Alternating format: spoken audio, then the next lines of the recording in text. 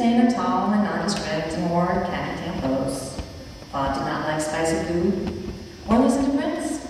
He had no interest in sex or lingerie. In the summer, he spent time in the shade. He did not share his intimate family. He did not have any problems or issues, and he was not even an alcoholic.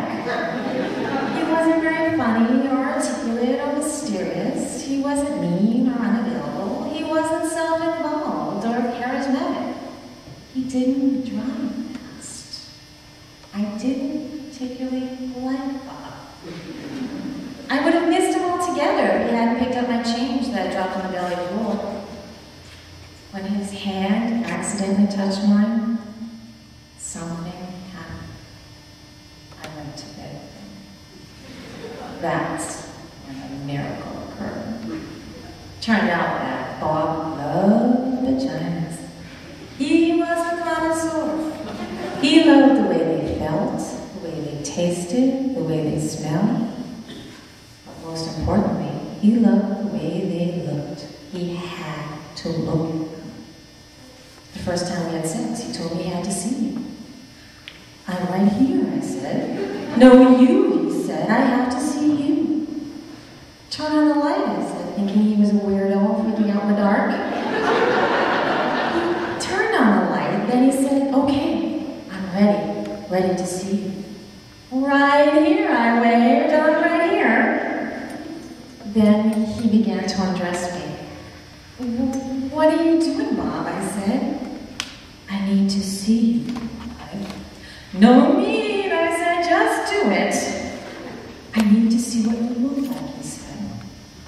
But you've seen a red leather couch before, I said. Bob continued. He would not stop. I wanted to throw up and die. This is awfully intimate, I said. Can't you just do it? No, he said. It's who you are. I need to look. I held my breath. He looked and looked. He got breathy and his face changed. He didn't look ordinary anymore. He looked like a hungry beast. You're so beautiful, he said. You're elegant and deep, innocent and wild. You saw that there, I said. It was like he was reading my palm. I saw that, he said, and much more.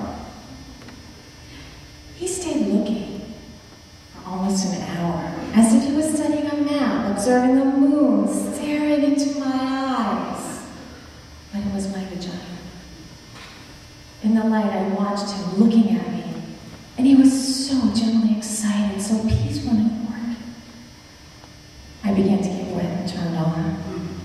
I began to see myself the way he saw me. I began to feel beautiful and delicious, great painting, oracle. Bob wasn't afraid. He wasn't grossed out. I began to swell, began to feel proud, began to love my vagina. And Bob lost himself there. And I was there with him, in my vagina, and we were